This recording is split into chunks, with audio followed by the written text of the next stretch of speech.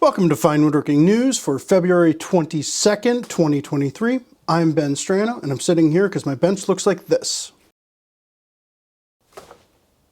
Today, I honestly kind of thought there wasn't going to be enough news items to do a video about, but the more I dug, the more things I dug. Before we get started, in last week's video, we referenced a tool guide post about track saw and a new table saw, and Festool reached out and said that some of Tool Guide's reporting, and therefore our reporting, was inaccurate, but they haven't said what. So, pricing maybe? I don't know. Editing Ben here. In that video, I did say that the TS75 was going to be discontinued. That seems to be true, but it's been replaced with the TS75 EQF Plus. And that I cannot find listed for sale anywhere. It seems like it will be available around April. Festool's website just says temporarily unavailable. That said, as much of a cutting depth as the TS75 had, which I don't think they're going to be making that much longer. If they are, don't quote me on that. When Festool reaches out with official comment, we will let you know. Let's just dive right in. ToolNut. I was on ToolNut and I saw that they carry Seneca Woodworking tools, which is super cool. Seneca's a very cool, imaginative company. They're always coming up with cool ways of using tools you already have, really. I had seen this on Instagram from the one and only Philip Morley, but he has his zero offset Dama plate. So basically, this attaches to the bottom of your domino. If you use the base of your domino as a reference a lot, and you want to do that on large workpieces, take the tool to the workpiece, not the workpiece and reference it off the bench, if that makes sense. This is a super solid way of doing that. It has a zero offset on one side and a 1/2 inch offset on the other side. If you've never seen Seneca's Dama plates before, they're big, beefy, sturdy aluminum things that you attach to your domino. If you use the bottom of your domino as a reference a lot, this might be worth looking into. Related kind of is, I didn't know about this. They have a metric dock plate. They have Imperial as well, but a dock plate basically screws to your domino, and it is for using with Philip Morley's buddy's little thing here, Ramon Valdez's Dama Dock. Another really cool tool with a cool tie-in. I like how Seneca is really listening to these amazing woodworkers like Philip Morley and Ramon Valdez and taking what they're doing and adding to it.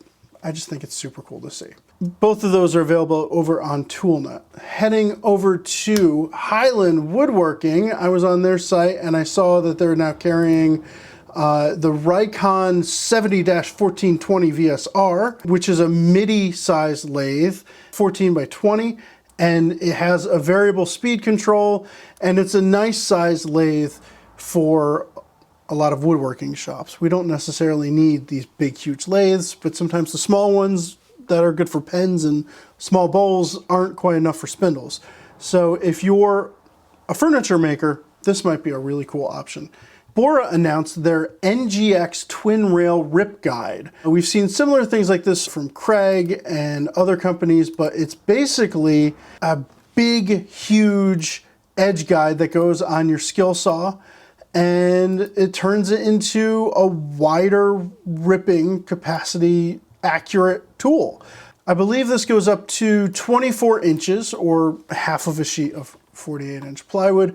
It's really nice and beefy, and it has 2 rails, which I think is going to hopefully keep you nice and parallel. The thing that I really like about it is this side rail seems to extend beyond the saw, and that's something that other rip guides don't necessarily do. And the problem with that is at the end of a cut, it gets a little bit wiggy sometimes. So hopefully this Bora kind of fixes that with a longer edge guide to this rail rip guide. Woodpeckers, always getting emails from Woodpeckers about new tools. They've talked about their ultra shear bits, and we have before too. This is a 1/4 inch flush trim bit. I'm really excited to see this because sometimes you need to flush trim something and a 1/2 inch diameter is just too big, and you just kind of, I have in the past changed a design so that a 1/2 inch bit could get in there. So quite honestly, this is going to be on a buy soon list for me. 1/4 inch spiral flush trim bit from Woodpeckers. Okay, so let's get to the Grizzly item that was probably in the thumbnail. I saw this today, super cool. An electric sawmill, and I really want a sawmill because I'm a red-blooded human and I like cutting wood in all various forms and fashions. But this is really cool. I mean, it's priced about what you'd see a lot of other sawmills go for, but it runs on 110. I think this is super cool. It'll cut up to 13-inch logs. So if you're dealing with smaller logs, you know, not everything needs to cut 20 inches or whatever. Maybe if you're in an urban environment, this is a very, very cool offering from Grizzly. Also, a somewhat familiar item from Grizzly, or the form factor's familiar. I don't know if they've had this before. This is the first time I saw it though. The T33256 4-inch by 36-inch belt 6-inch disc combo sander. I love these small footprint sanders. They're super handy to have around. It's not a real sexy machine, but for $200, it looks like, you know, a really versatile machine. There's a lot of different versions of these machines, this footprint size machine available from other manufacturers, but I don't know if I've seen them with a cast aluminum table. I believe it's cast aluminum. The description's not telling me it is, but that's really nice. Normally it's like a stamped aluminum kind of thing, lots of ridges, not a lot of reference surface. If that's cast aluminum, I think that that would be a deciding factor if I was buying a combo belt disc sander. Heading on over to Amazon, this will be an affiliate link. I checked out their new tools, their new woodworking tools. It's always a cluster, but I saw this and I was like, what the heck is that? Well, obviously it's TwoPiece's drawer front installation clamp cabinet portable mounting clip jig tool. I couldn't figure out what it would be used for, and then somewhere in that title, I've eventually figured out it is a very, very thin clamp. It's like a folded sheet metal clamp that you could use to hold a drawer face in place. To me, depending on how thick this metal is, it looks really thin, which normally would be an awful thing, but this looks like it might be cool because you'd be able to get it and have maybe a 1/16 of an inch gap and still have the clamp reach around the front and hold your drawer front in while you placed it, and then clamp it down and then pull it out and screw it in from the back.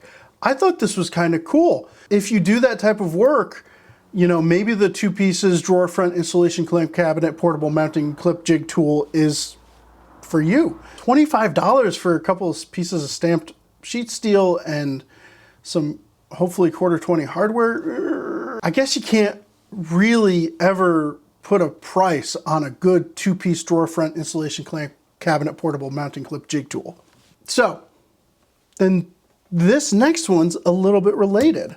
Woodworker Supply, I saw drawer front mounting tool Craig, KCS DFMT 1 each. This looks like a drawer front mounting clip jig tool, but it's different. I'm gonna be honest with you, this one's a little bit beyond me. I can't figure out how it's used.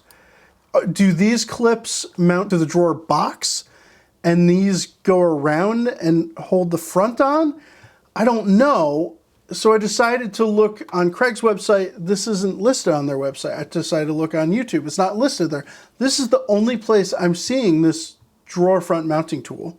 I don't know, might come in handy for someone. Yeah, it's got a clip on the box and this goes around the front. I just don't see how you would be able to do that with it closed. I don't know, but yeah, I guess that does it for this episode of Fine Woodworking News. If you have items that you think we should have covered, leave a comment below or send me an email at woodworkingnews@taunton.com. There have been some cool comments that have come in, some good emails, some things that we're following up on.